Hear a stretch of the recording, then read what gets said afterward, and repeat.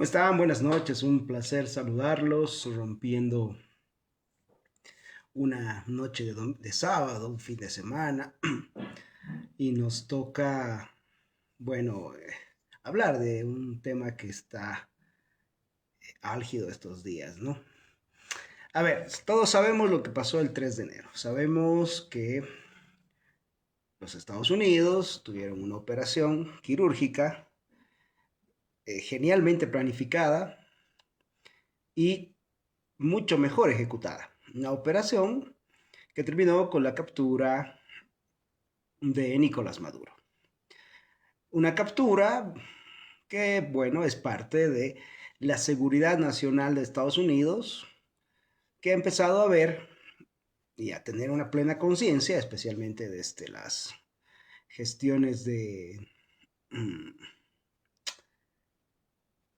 eh, Marco Rubio, de Joseph Gumaire en el área de seguridad.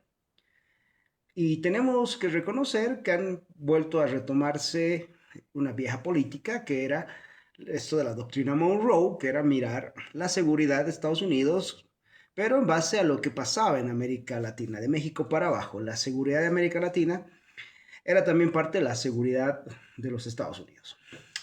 El siglo XXI se caracterizó por una, digamos, una muy mala cosa que nos sucedió, ¿no? El 11 de septiembre marca un antes y un después.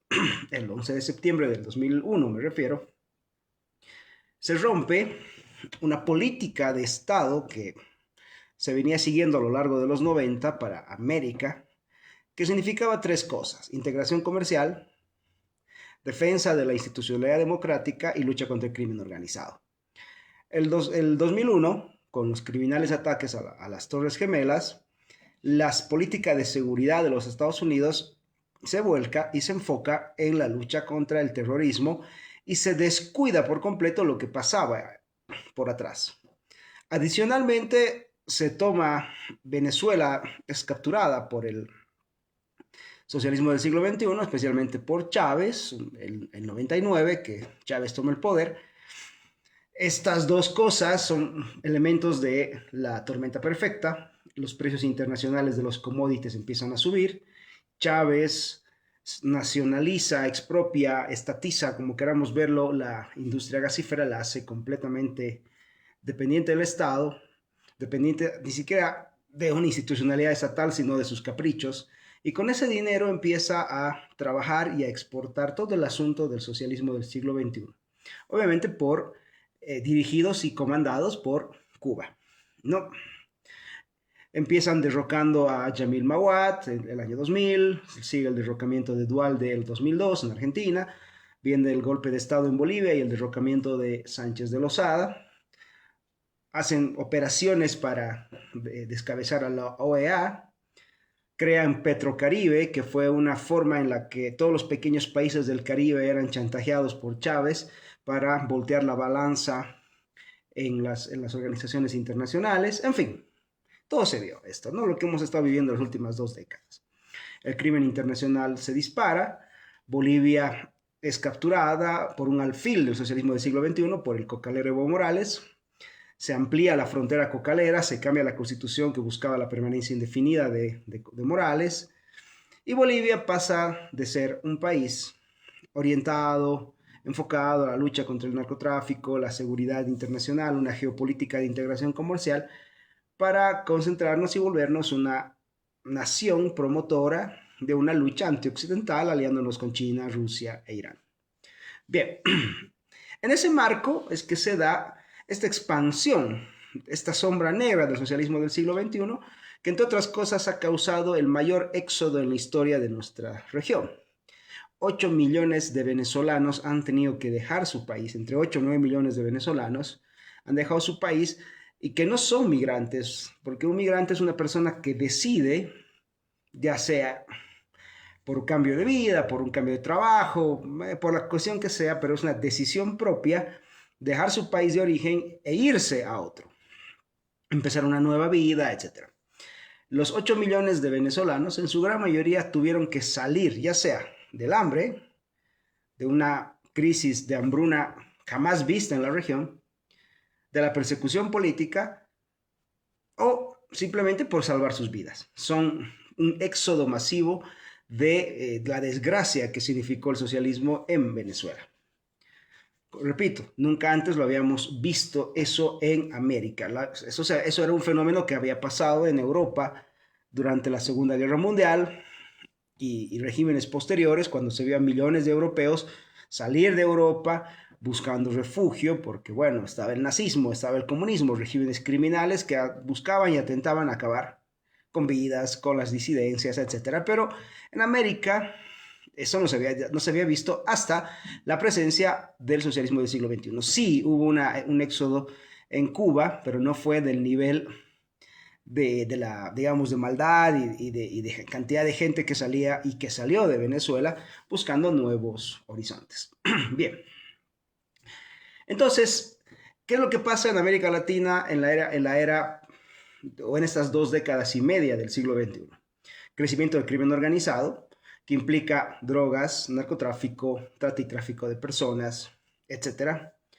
Desinstitucionalización de la democracia, los países quedaron total y absolutamente destruidos, lo que significa corrupción, policías básicamente convertidos en socios de los criminales, como lo que nos ha tocado ver en Bolivia, elecciones fraudulentas, constituciones amañadas, que lo único que buscan es entornillar indefinidamente en el poder a tipos como Maduro, a tipos como Hugo Chávez, al propio Evo Morales, de Cuba ni que se diga.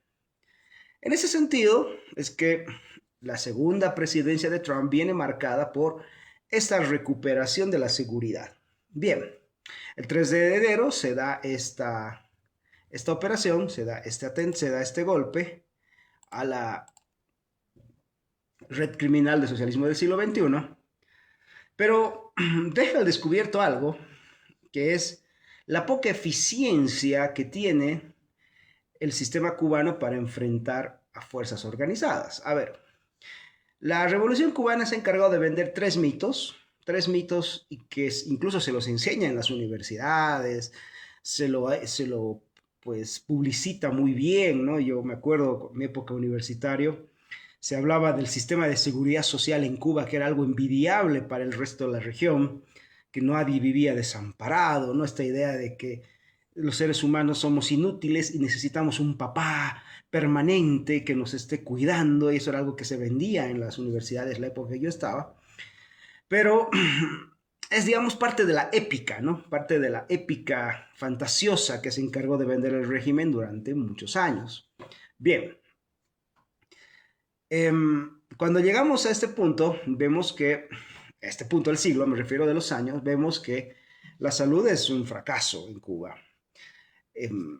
Son los cubanos que viven en Miami que tienen que enviar, por ejemplo, la insulina para los diabéticos. Hay una altísima dosis altísimo porcentaje de enfermos de diabetes en la isla, producto de la mala alimentación, que básicamente es en un 90% en carbohidratos, porque es lo más fácil de conseguir. Boniato, malanga, papas, yucas, es lo que llena el plato del cubano promedio, y una muy escasa cantidad de proteína.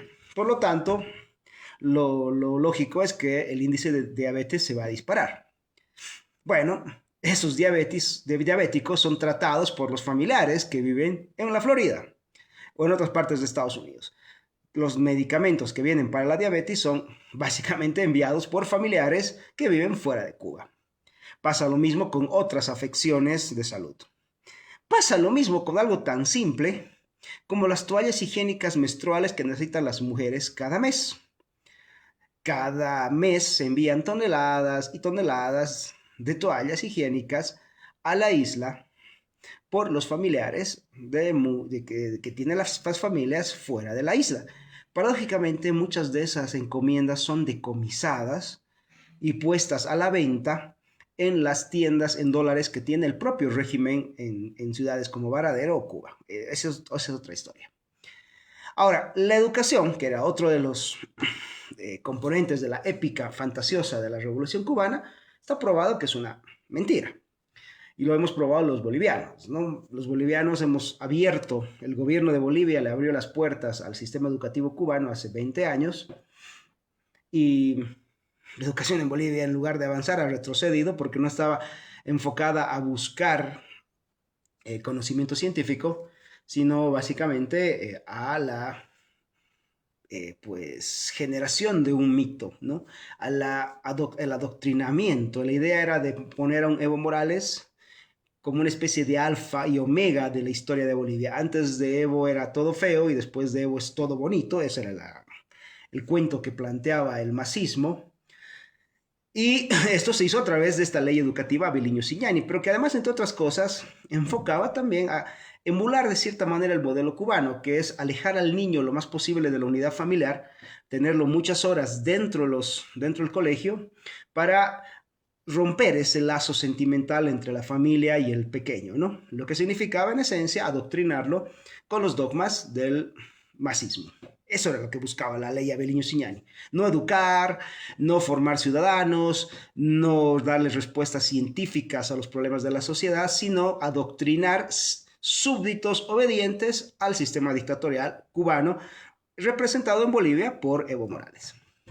Y la tercera cosa que sostenía a esta fantasía mentirosa de la Revolución Cubana era la supuesta condición de invencibles que tenían los combatientes cubanos, ¿no? Esta bravura, esta idea del revolucionario que pelea. Bueno, el 3 de enero se demostró que vinieron los norteamericanos, barrieron con la seguridad cubana, que otra cosa que hay que aclarar es que lo más íntimo que tiene un mandatario es su seguridad, es lo más cercano que tiene a él.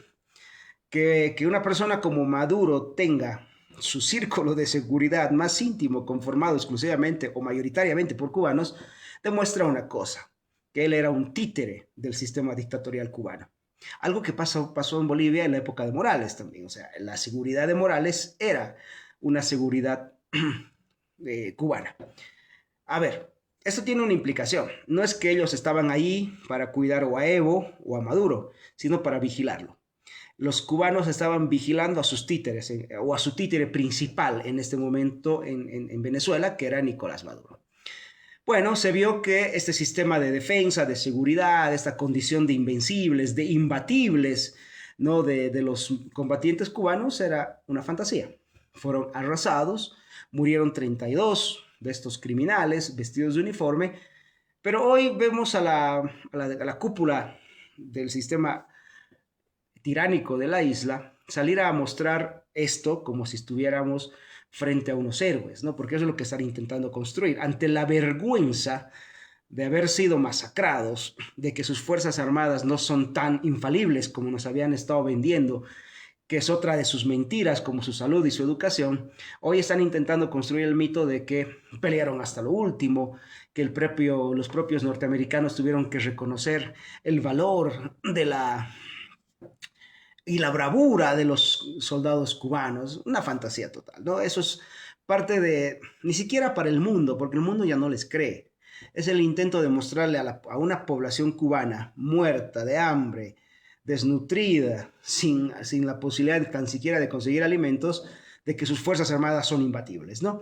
Es lavarle la cara a la vergüenza que pasaron con la gente a la que quieren seguir sometiendo, porque necesitan poner esa épica, implantar esa narrativa en la cabeza de esa pobre gente que lleva 7 décadas atrapada en la miseria, el hambre y la pobreza. Bien, ahora, hay otra cosa que se debería analizar sobre lo que está haciendo la tiranía cubana. ¿Ok? Cuando uno estudia la estructura de las Fuerzas Armadas de un país medianamente decente, se va a dar cuenta que las Fuerzas Armadas se ponen por delante de la población civil. A ver, si tú le preguntas a un marín de los Estados Unidos, a un comando del ejército del Perú, a un militar de cualquiera, a un militar de argentino, a un militar español, te va a decir que su principal función es la defensa de la nación y la patria. Esto significa que son ellos los primeros en salir y dejan por detrás a la población civil, que en este caso somos ustedes y yo, que no tenemos armas, no tenemos entrenamiento, no estamos pues ocupados de la defensa. Y justamente nosotros, los ciudadanos de a pie, en los países medianamente decentes, pues sostenemos a unas fuerzas armadas porque delegamos esta función a esta institución. A ver, no me puedo defender, no tengo el tiempo de prepararme para la defensa a gran escala, por lo tanto prefiero pagar impuestos para que el Estado use ese dinero para organizar un ejército profesional y que proteja mis intereses como ciudadano. Ese es el objetivo de las Fuerzas Armadas. Y ese es el objetivo que cualquier estructura militar, repito, en un país medianamente tiene. Es decir, salen primero a dar la cara para proteger a los ciudadanos. Y de hecho, en la mayoría de los ejércitos del mundo, lo que se ve en sus escudos, en sus eslóganes, en sus insignias de campaña es proteger y servir. Protegen y sirven, a una población que les da esa función, que es una de las funciones del Estado. Ok, ¿qué es lo que hace la Revolución Cubana?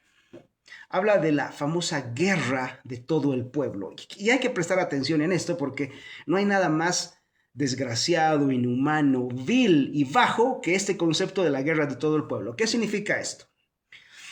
Que todos los ciudadanos cubanos son combatientes potenciales en caso de que haya una invasión del imperio, como la llaman ellos. A ver, ¿qué significa en términos simples?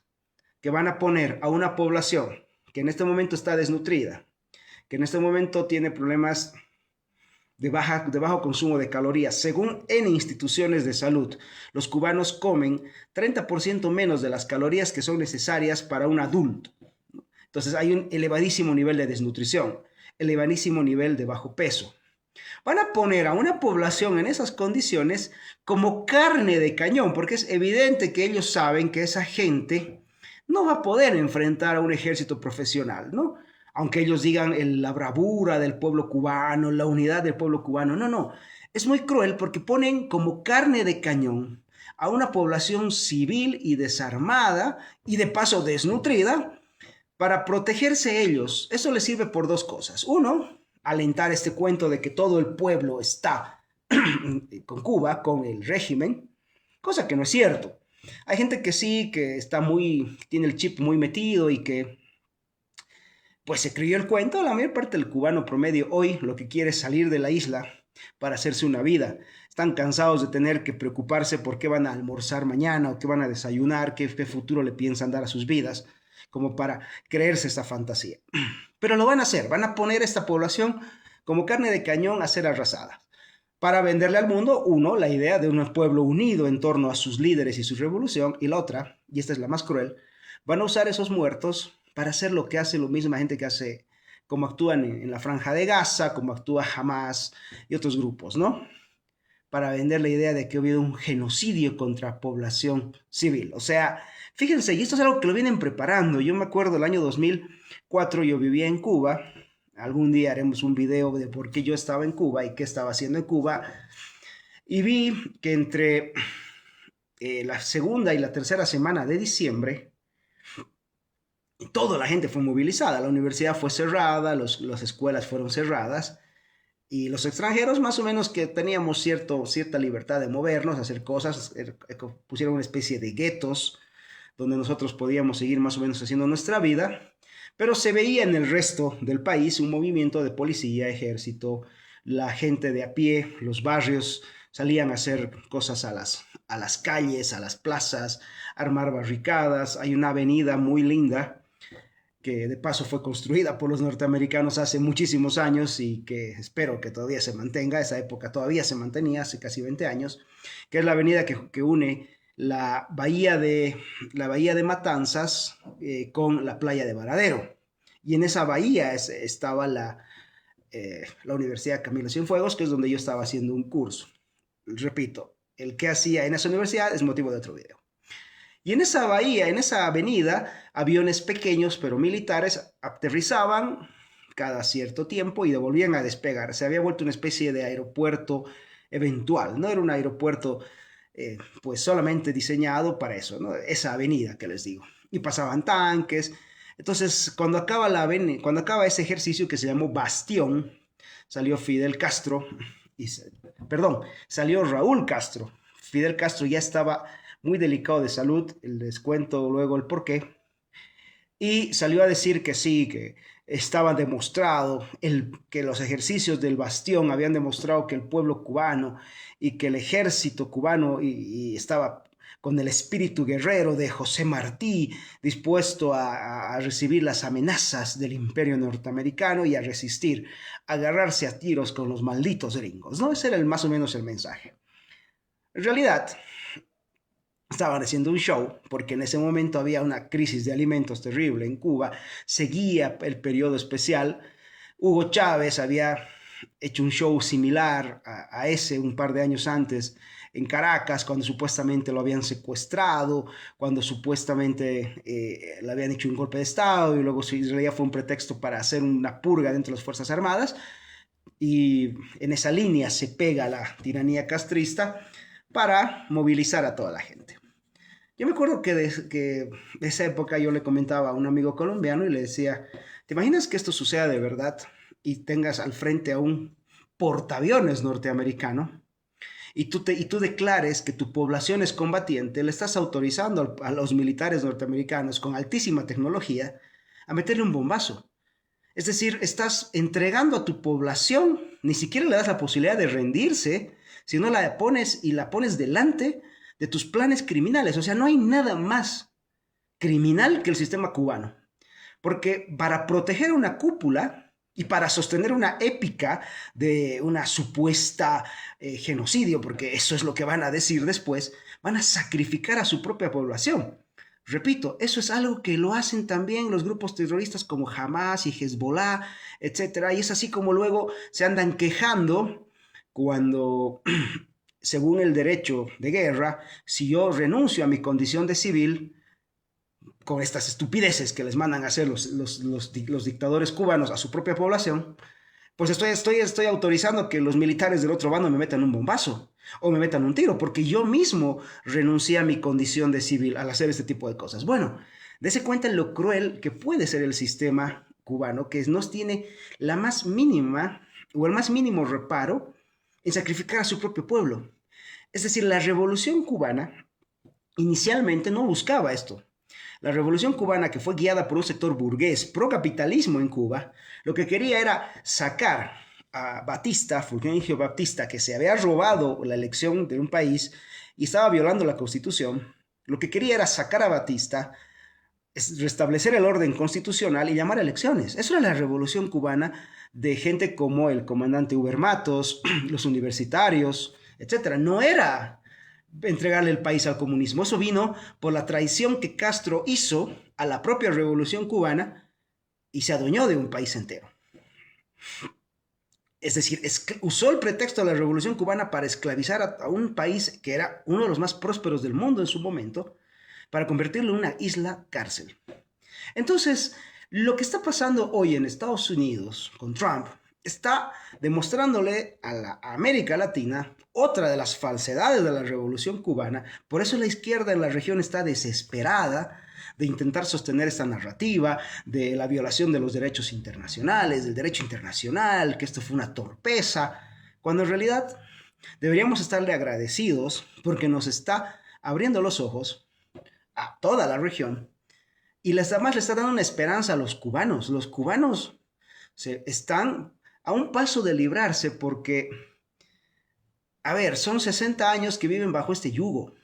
Es inhumano que haya gente que cree que el cubano promedio vive bien. No, el cubano promedio vive muy mal. Los que viven bien son los criminales que están alrededor de la cúpula, que se han hecho de todos los recursos y que usan a esa pobre población como esclavos, los venden como médicos, los mandan en visiones internacionalistas, les han confiscado toda posibilidad de prosperar, inclusive los han dejado sin posibilidad de futuro. Creo que habría que estar muy atentos a lo que vaya a pasar los siguientes días.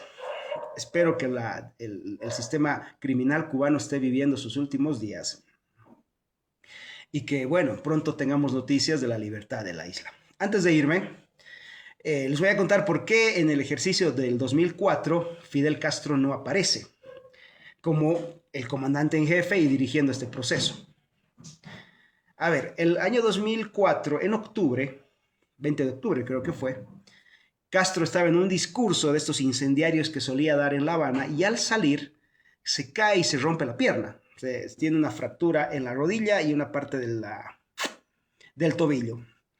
Fíjense que esta caída de Castro se prohibió en toda la isla. No se podía hablar de la caída de Castro, ni siquiera reírse. A ese nivel se llegó. O sea, salió un comunicado oficial en la que se prohibía a la gente hablar de la caída del comandante en jefe. A los pocos días sale una noticia de que Castro estaba muy bien y se ve en la televisión a Fidel Castro desde un hospital lanzando arengas revolucionarias y diciendo que el imperio no se va a burlar de él, que él está junto a su pueblo, etc. Tiempo después, entrevistando a varios cubanos que habían tenido experiencia cercana a los militares, lo que me contaron fue que en realidad lo más probable es que el que habló no haya sido Castro, sino un doble. Castro tenía cerca de 5 o 6 dobles alrededor de él. Y evidentemente Castro estaba muy delicado, pero el que habló con ese tono incendiario era un doble, y que esa fue la noticia oficial. A los 2 años de ese accidente, Castro renuncia, nunca más su salud se recuperó y le entregó el cargo a su hermano, que todavía está vivo, que tiene más de 90 años y que se lo vio estos días portando el uniforme de la Sierra Maestra, en el que ya parece un viejito disfrazado de militar más que un guerrillero, ¿no? Bueno, con esto corto, era un video así pequeñito para hablar de estos temas y que, bueno, mantengamos la esperanza respecto a lo que va a hacer Cuba, mantengamos la esperanza a lo que vaya a suceder y esperemos que la caída de Cuba y la caída del socialismo del siglo XXI se concrete y al fin podamos los hispanoamericanos empezar a mirar un futuro mejor. Gracias y buenas noches.